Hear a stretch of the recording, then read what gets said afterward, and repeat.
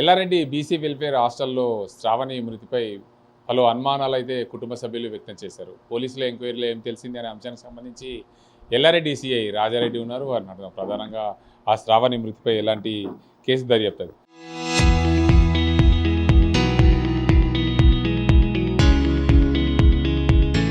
Sir చెప్పండి, నిన్న జరిగిన ఘటన ఏదైతే శ్రావణి 8వ తరగతి చదువుతున్న విద్యార్థిని మృతిపై కుటుంబ సభ్యులు అయితే అనేక ఆరోపణలు చేస్తున్నారు.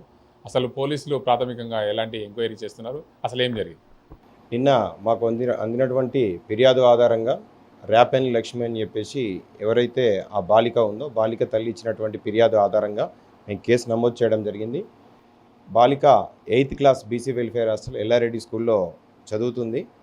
ఆమె 15వ తారీఖు మార్నింగ్ 4 o'clock అక్కడ హాస్టల్ ప్రిమిసెస్లోనే పడి ఉందని చెప్పేసి అక్కడ చదువుకునేటటువంటి వాళ్ళ స్నేహితురాలైనటువంటి హర్షిత అనే ఒక బాలిక చూసి అక్కడ ఉన్నట్టు వాళ్ళకి ఇన్ఫామ్ చేయడంతో వాళ్ళు ఇమీడియట్ ఆ బాలికని గవర్నమెంట్ హాస్పిటల్ 108లో షిఫ్ట్ చేయడం జరిగింది. షిఫ్ట్ చేసిన తర్వాత ఇక్కడ తీసుకొచ్చిన తర్వాత వాళ్ళు బ్రాడ్ డెడ్గా డిక్లేర్ చేశారు. డిక్లేర్ చేసిన తర్వాత అన్ని యాంగిల్స్లో మేము విచారణ ప్రారంభించాము. ప్రస్తుతానికైతే ప్రాథమికంగా ఈ కేసును అనుమానాస్పద మరణంగా కేసు నమోదు చేసుకొని చేస్తున్నాము. మృతురాలికి సంబంధించిన ఫ్యామిలీ మెంబర్స్ ఏ విధంగా అయితే వాళ్ళు అనుమానాలు వ్యక్తం చేస్తారో ఆ యాంగిల్లో కూడా మేము ఇన్వెస్టిగేషన్ చేస్తున్నాము. ఇప్పటి వరకు పోస్ట్ మార్టం అయింది, కానీ డాక్టర్ గారి ప్రైమరీ ఒపీనియన్ కూడా ఇంకా పెండింగ్లో ఉంది. కేసు విచారణలో ఉంది. తదుపరి వివరాలు వచ్చిన తర్వాత మీకు ఇన్ఫార్మ్ చేస్తాం. ప్రధానంగా చూడొచ్చు, ఆ తల్లిదండ్రులు అనుమానం వ్యక్తం చేస్తున్నట్లు ఆ ప్రాంతాల్లో ఉన్న సీసీ కెమెరాలు కానీ ఆ వైపు కూడా ఏమన్నా పోలీసులు దర్యాప్తు చేసే అవకాశాలు ఉన్నాయి? వాళ్ళు అనుమానం వ్యక్తం చేశారు కాబట్టి ఆ యాంగిల్లో కూడా మేము విచారణ చేస్తాము.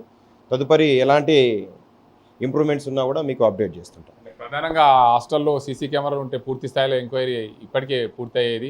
సీసీ కెమెరాలు పనిచేయకపోవడం ఒక ప్రధాన కారణం అంటారు. వాస్తవం అక్కడ కెమెరాస్ ఉన్నాయి, కానీ అవి గత కొన్ని రోజులుగా పనిచేయట్లేదని మా విచారణలో తేలింది. కెమెరాస్ లేకపోవడం వల్ల విచారణ కొద్దిగా డిలే అవుతుంది.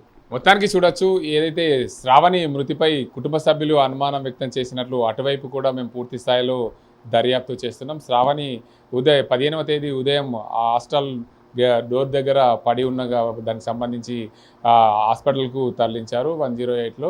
ఆ 108లో తరలించిన నేపథ్యంలో శ్రావణి అక్కడ మృతి చెందినట్లు వైద్యులు తెలిపారు. కానీ ప్రధానంగా హాస్టల్లో ఏం జరిగింది, దానికి అంతకు సంబంధించి పూర్తిగా పోస్ట్ మార్టం రిపోర్ట్ వచ్చిన తర్వాతనే తెలిసే అవకాశాలు ఉన్నాయి. అయితే డాక్టరు పంచనామా పూర్తి స్థాయిలో రిపోర్ట్ వస్తేనే శ్రావణికి సంబంధించిన వివరాలు బయటకు చెప్పే అవకాశాలు ఉంటాయి. ప్రస్తుతం అయితే ప్రాథమిక దర్యాప్తు జరుగుతుంది. ఆ దర్యాప్తులో కుటుంబ సభ్యులు అనుమానం వ్యక్తం చేసినట్లు అటువైపు కూడా ఎంక్వైరీ పూర్తి స్థాయిలో జరుగుతుంది. ఆ విద్యార్థికి అసలు ఎలాంటి అనారోగ్య సమస్యలు లేనప్పటికీ కూడా ఇలా ఎందుకు జరిగిందనే కోణంలో కూడా పూర్తి స్థాయిలో దర్యాప్తులో ఆ డాక్టర్ నివేదిక వచ్చిన తర్వాత తేలే అవకాశాలు ఉన్నట్లు ఎల్లారెడ్డి సిఐ రాజారెడ్డి చెప్తున్న పరిస్థితి.